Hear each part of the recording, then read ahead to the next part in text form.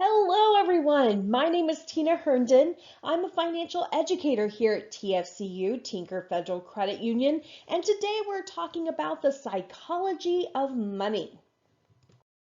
I bet some of you out there are thinking, uh-oh, she's about to tell me I can't spend any of my money. But that is not the case. Money is meant to be enjoyed as well as get us the things that we need. However, what we'll talk about today is how to keep more of our dollars in the household budget by just thinking through our purchases just a little bit.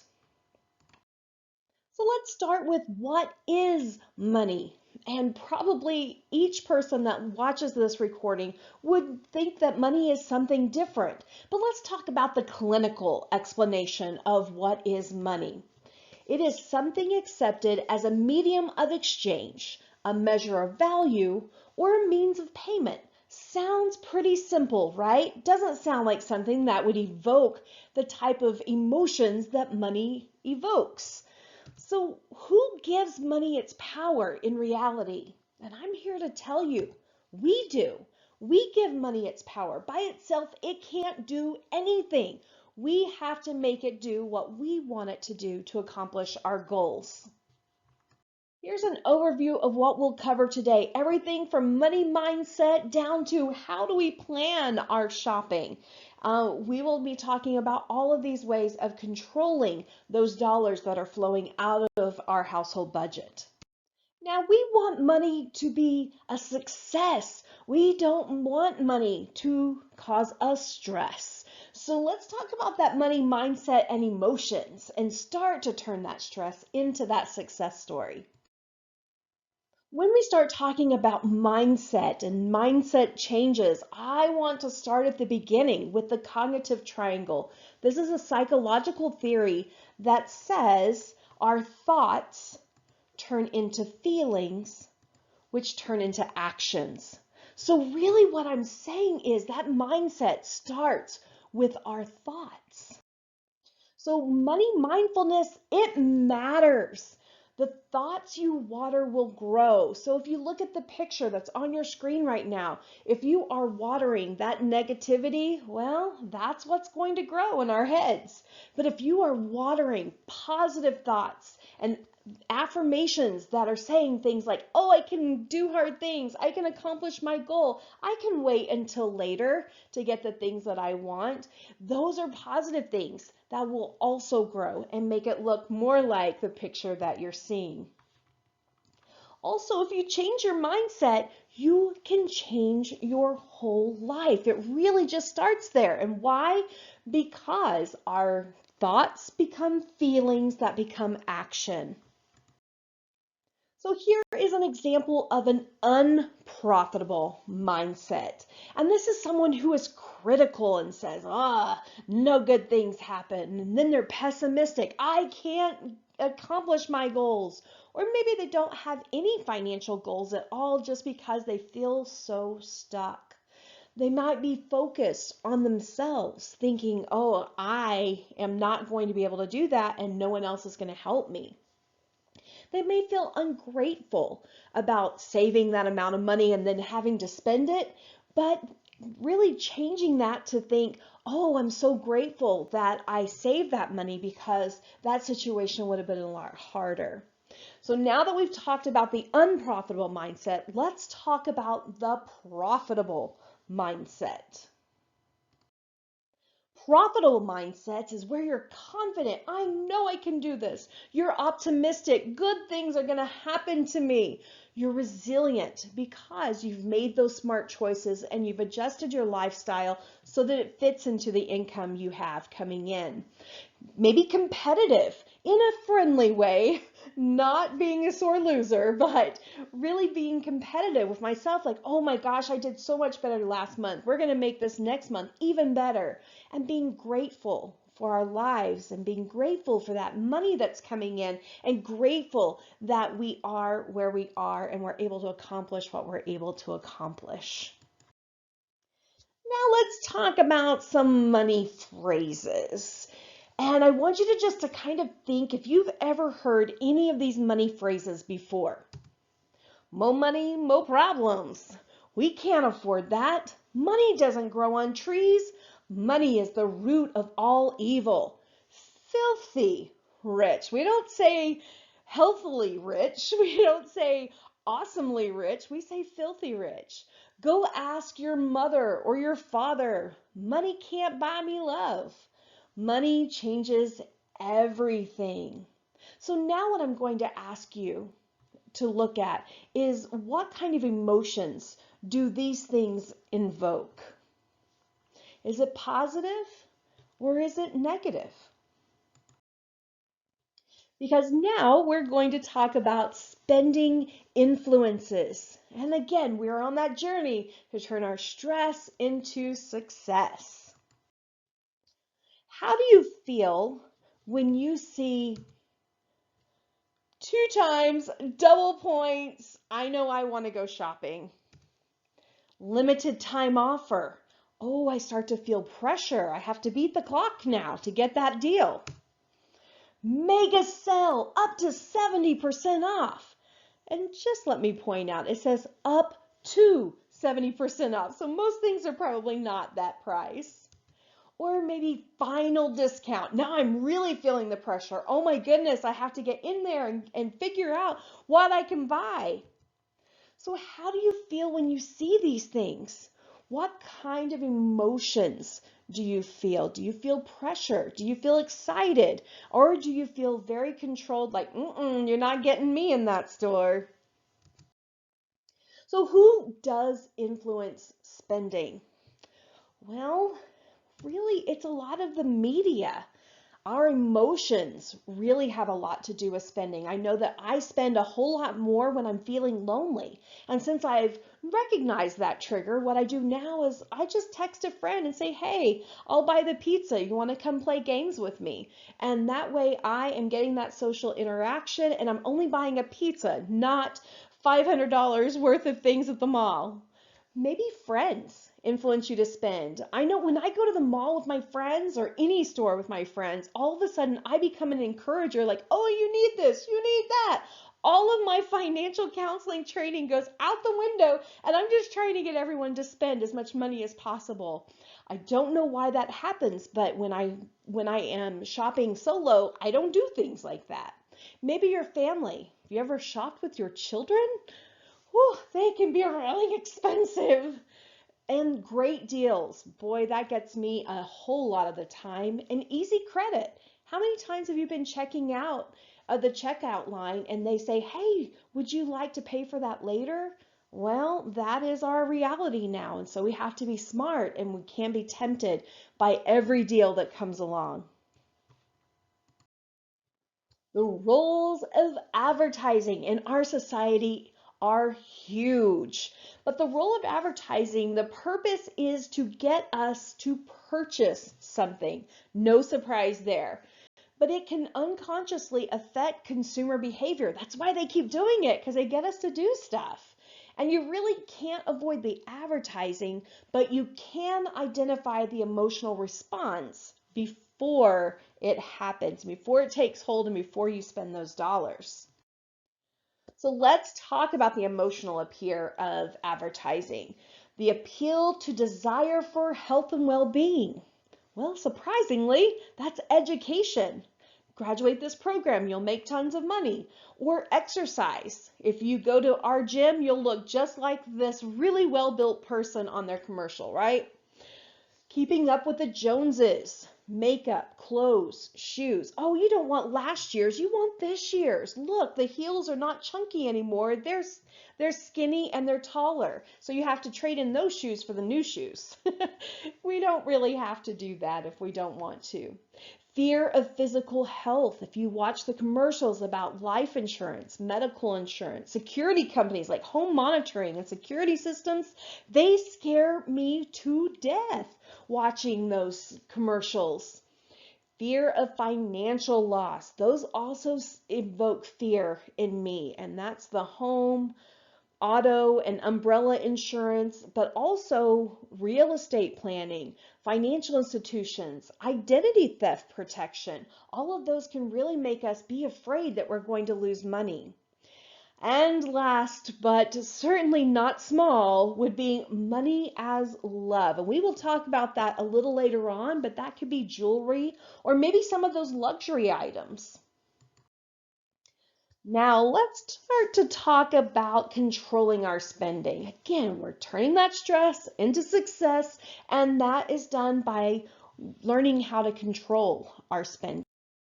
Something that I highly recommend if you have a joint decision maker about your money in your household is to have these money conversations. Start to identify where do the money messages come from and how do we want to turn those into something positive if they're not positive.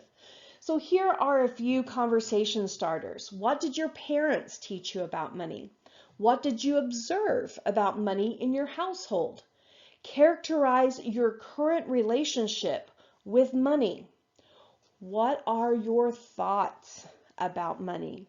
All of these things can really be important in getting on the same page, but also if you don't have a joint decision maker, figuring out where all of these money messages came from could be the key to controlling that spending and being able to control what happens to your mind when you hear certain things. Be a conscious consumer. Ask yourself these questions. Will I use the product or service? If you won't, it is not a good deal no matter what the price is, even if it's free. What are my motives for making the purchase? Did I feel a need for this item before I saw it in the store? Oh my gosh, that is speaking to me. I feel called out at this moment. What are the financial and emotional costs of the purchase? Can I afford it? Can I really afford it? Can I get the product or service for less somewhere else? So doing that comparison shopping can really help us be that conscious consumer that's always getting the best price for things that we need. Earlier, when I talked about love, I said, oh, we'll cover that in detail later on. Well, here we are at the 5 love languages. This is based on a book by Gary Chapman, and basic theory is there are 5 different types of love languages. So let's talk about what those are. There's words of affirmation. We have acts of service, quality time, gifts, and physical touch. So let's talk about those a little deeper. Words of affirmation. Those are the things that we say to someone to show them how we love them. Then we have acts of service. These are things we do to show how much we love that person. Quality time is the time that we spend with that person to show them we love them. Seeing the pattern here? We have gifts, which is the traditional way that a lot of people show love, but it's not the only way. We know this now. And there's also physical touch. That could be holding hands. That could be a hug. That could be just sitting in close proximity with someone. So these are the 5 love languages. I would highly encourage you to find out before you give some type of gift to someone, figure out what their love language is. Because if you give someone who wants acts of service and is cost conscious, you give them a gift, that may cause them to be stressed. It may cause them anxiety, and it also doesn't accomplish the goal of showing them love in the way that they need to be shown. So I just encourage you, next time you need to buy a gift, look at these other ones and get really creative with how you show a love and affection to that person. Now we are talking about strategic spending. This is about planning where our money is going. So first thing that we want to do when we are learning to control our spending and planning our dollars is to recognize retail therapy. This is a problem that I struggle with. And that is just shopping when depressed to feel happiness. But it is only a temporary rush of joy. It does not last. So I encourage you, consider those mood boosting activities instead of retail therapy. You cannot spend your way out of a bad mood or out of depression. And if you need it, if it gets really intense, you might want to talk to a professional to see if they can help you find a more healthy way of boosting your mood. Spending habits are a big part of planning our spending. If you are buying out of habit, things like coffee, just because you went yesterday doesn't mean you have to go to the coffee store this morning. Maybe if you're going to lunch out every day, it's probably not even special anymore. So maybe brown bag it a couple of days, go out a couple of days, and you might find that you enjoy your outings a little bit more. Brand loyalty. That means buying the exact same brand every single time and refusing to buy any other type of or any other brand of that item. Maybe branch out a little. Try some of the less expensive brands. You might be surprised by the quality, especially lately. Examine if your habits are affordable. And you can do that by tracking your spending. And probably some of you are going, I don't want to write down every single penny I spend. Well, that is not what I said. I said track spending. And we can do that in a variety of different ways. And a lot of people might be surprised that you can go online, log into your online portal for your financial institution and see that your spending is being tracked already and categorized. So just want to see where those dollars are going. Just look at your statements and see if your dollars are going where you want them to go. And if you're spending more than you're earning, then we can start to make some substitutes or maybe just reduce that spending a little bit. Or we also have the option of increasing income, and you're only limited by your creativity when it comes to increasing income. So really start to think outside the box and really determine if our needs are real or is this something we dreamed up? Maybe it's just perceived. Have you ever heard of perceived obsolescence? Perceived obsolescence. That just means we think it's obsolete or not good anymore. So have you ever updated your phone just because the newest one came out, but the other one was perfectly fine, but you really felt like you needed it, but it was still working perfectly fine. That's perceived obsolescence. Well, the latest and greatest came out, so of course you want to keep up and you want to buy that. If you've ever noticed in fashion, they constantly change. Why? Because if you're still wearing parachute pants, I'm a child of the 80s, then, we might want to update our wardrobe just a little bit, but it is perceived obsolescence because they do still cover our bodies. Spending versus savings. And I get really excited when we talk about savings because I haven't always had savings and the grass really is greener on this side and we can afford cookies. So I strongly encourage you to join me on the side of saving, but we want to place the immediate desires first. Instant gratification is more appealing, but saving means delaying that gratification just a little bit so that we don't have to do things like put it on our credit cards and things like that. And we also want to prioritize saving today, not put it off until the future because that doesn't help us accomplish our goals. Let's do a direct deposit. Maybe you split that so that the majority of your money when you get paid goes into your checking account, but a little bit goes into your savings account. And then my laziness can work for me because then I have to do something to make it stop instead of having to do something to make it happen. But the sooner you save, the more money you will have, no matter what. If you don't save, you'll never have anything. You just have to start. And a lot of people will ask me, well, how much do I need to save? The amount is you'll never be sorry you saved money. But the more the better, but start where you are. Regularity is much more important. Anything will accumulate, nothing will always stay zero.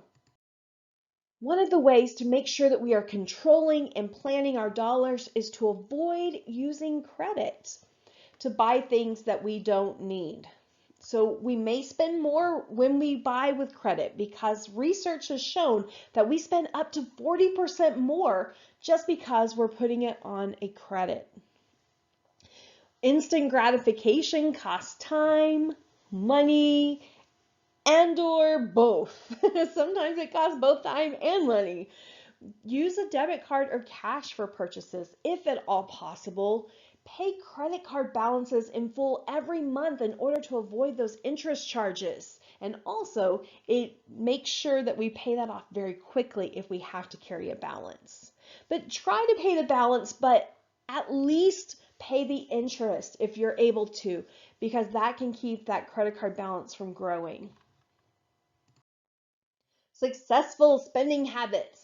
Financial independence is won through smart money management. That is really the key there, is to make that budget work for you and make sure that you've allocated enough money to all of the categories that are important to you. Operate on an annualized budget. That means we take our income and we divide it by 12 months. That way we know exactly how much money we have to work with. Know how much money is spent on food, clothing, and shelter for the family yearly. And that way we really can start to dig deeper into what those finances look like. Don't spend more money than you make. That is actually the only rule of personal finance. Everything else is a choice. And save and invest for future success. So if you save a little bit of money on a purchase, if you just blow it somewhere else, it's not really saved. If you could put that into your savings account and let it grow over time, you will never be sorry that you made that choice. So now that we have talked about all the spending and all of that, let's talk about what resources are available. So the first one I'm going to talk about is free one-on-one financial counseling. If you are a member of TFCU, first off, thank you. But as a benefit of membership, TFCU's Member Solutions team offers free financial coaching on budgeting, credit score improvement, debt consolidation, and so many other subjects. So if you want to set up that one-on-one coaching session with one of our certified financial counselors, that phone number and email is on your screen. So whichever way you want to reach out, they won't mind. They would love to hear from you. But there's another resource. If you are not a member of TFCU, we have an ongoing relationship with Balance. Balance is a financial education and counseling service that's across the country, and their services include money management counseling, debt repayment options, credit report reviews. Big difference between member services and Balance is, first off, member services is for members, and they can do some of the things with your accounts and to help you get established with credit that Balance is not able to offer. And also, they will meet with you in person at a branch that's close to you. They will meet you virtually or over the phone. And Balance is phone counseling. But if you want to set up a time for Balance to do counseling, you can call them with the phone number that's on your screen. I also want to talk a little bit about tinkerfcu.balancepro.org. That is a website online that you can go and get answers to all kinds of financial questions. You can really trust the information that you're getting online at the website tinkerfcu.balancepro.org. And there are podcasts, videos, articles, calculators, toolkits, whatever you need to learn more about money in whatever area you prefer to learn about. So we invite you to check out those resources, but also one more resource as well. If you enjoyed this webinar and want to schedule us to come talk to you via a virtual workshop or an in-person workshop, it could be a school or organization, a business, wherever people gather, you can reach out to our department at the information that's on your screen right now. We would be happy to come out and speak anytime that you need us to in whatever subject you'd like. Thank you so much for spending time with me here today. I really appreciate it, and I hope to see you on future webinars. Have a good day, everybody. Bye.